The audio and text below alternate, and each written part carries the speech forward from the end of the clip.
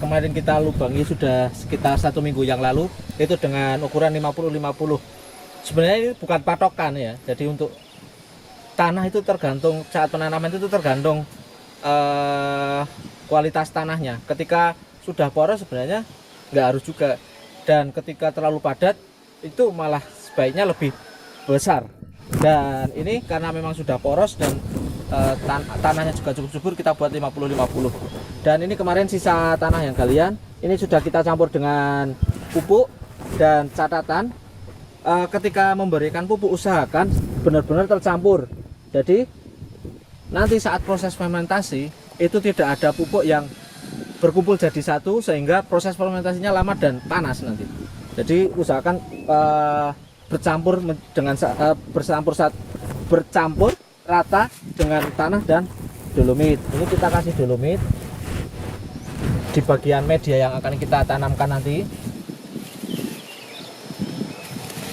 Untuk takarannya sebenarnya juga masing-masing daerah berbeda, masing-masing tempat, karena ada yang terlalu asam, jadi bisa Anda ukur pH-nya dulu.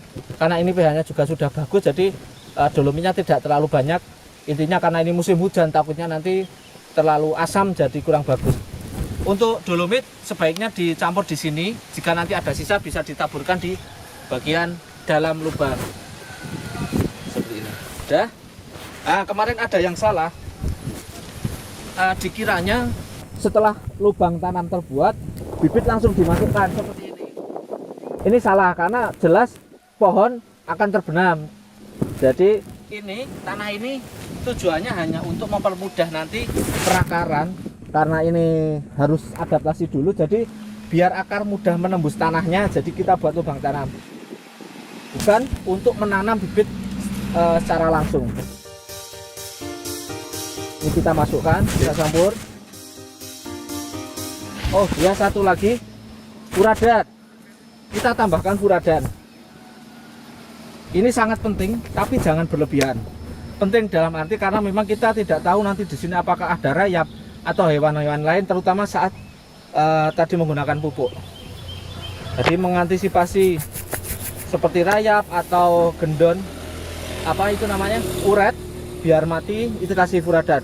Jangan berlebihan, karena jika terlalu berlebihan khawatirnya nanti mikroba atau jasad-jasad teknik yang sebenarnya itu membantu pertumbuhan tanaman malah jadi ikut mati.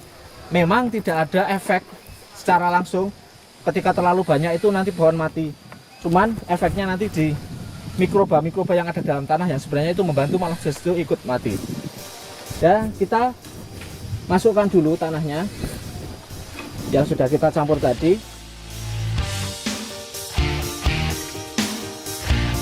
Sampai rata.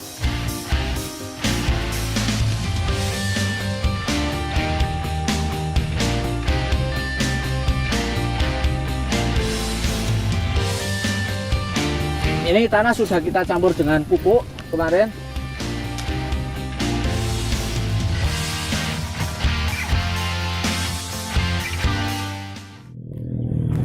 Ini lubang yang tadi kita buat sudah kita timbun. Jadi memang lubang yang sudah kita buat itu kita timbun dengan media berupa tanah, pupuk, dan dolomit ini. Dan kita tadi sudah kasih dolomit, sudah kasih pupuk juga, dan sudah kasih furadan. Ada yang juga bertanya, untuk dolomit ini sebenarnya bukan pupuk. Dolomit ini hanya apa ya, sebagai penetral pH, karena memang di dalamnya itu tidak ada kandungan NPK-nya. Di sini kandungannya hanya magnesium dan kalsium.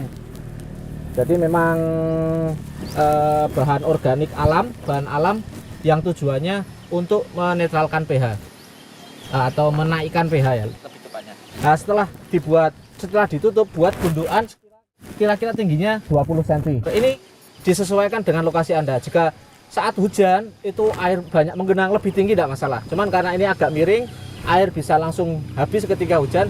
Jadi kita cukup buat 20 cm. Setelah 20 cm, kita nanti tanam bibitnya di tengah-tengah. Oke, kita buat lubang dulu sedikit aja, seukuran polybag. Nah, ini cukup. Kemudian kita siapkan bibitnya.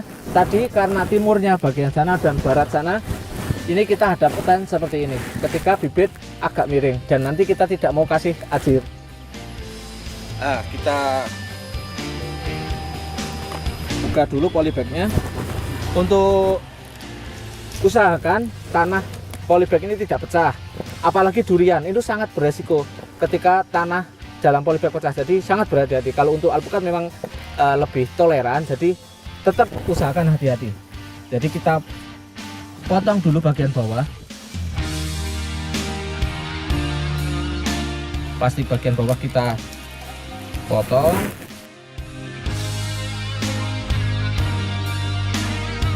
Nah, setelah terpotong kita ambil bagian bawahnya saja, kemudian kita masukkan das, kita timbun, kemudian yang bagian sini bisa kita tarik, tapi lebih amannya kita potong. Nah, kita ambil dan aman, lebih aman. Nah, ini nanti ini kita timbun sampai tertutup tadi ya.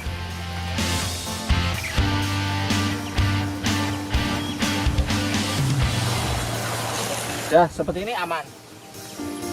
Lebih aman lagi di bagian tepi lingkaran ini dibuat agak apa ya, dalam. Jadi nanti air itu ketika hujan berada di sekitar sini, tidak di pas bagian akar. Seperti ini. Sampai keliling. Bila diperlukan buat seperti tempat untuk air, jika hujan terlalu tinggi curahnya, itu tidak berada di bagian akar yang sedang baru saja ditanam. Jika sudah besar nanti masih aman. Cuman ketika masih terlalu dini baru saja menanam, usahakan buat tempat air seperti ini. Jadi ketika nanti hujannya deras, itu air berada di sekitaran pohon, tidak berada di akar. Dan ini jaraknya sekitar 40 cm dari titik tanam.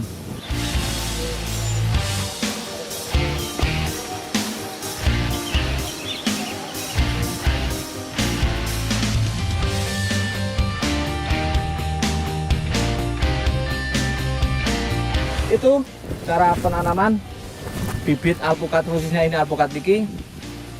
Jika menurut Anda video kami bermanfaat, silahkan like. Jika menurut Anda video kami kurang bermanfaat, silahkan dislike. Jangan lupa tulis komentar di bawah ini dan subscribe channel kami. Bagi Anda yang masih kesulitan untuk penanaman atau perawatan nantinya, itu bisa konsultasi ke kami dan nanti kita bantu. Bahkan jika memungkinkan kita ada pendampingan. Sekian, ini bibit buahku. Mana bibit buahmu? Ya, kita ganti ke lubang tanam yang selanjutnya. Di sana nanti ya Pak ya. Oh, ini ada Mamesa putih yang kemarin baru kita tanam. Untuk varietasnya ini Magana, dan ini baru kita sambung susu. Nah, untuk memperirit kita nanti tanam di lubang-lubang sana, itu nanti kita dari hasil sambung susu Mamesa putih yang kita tanam. Ini ada 2 sambung susu.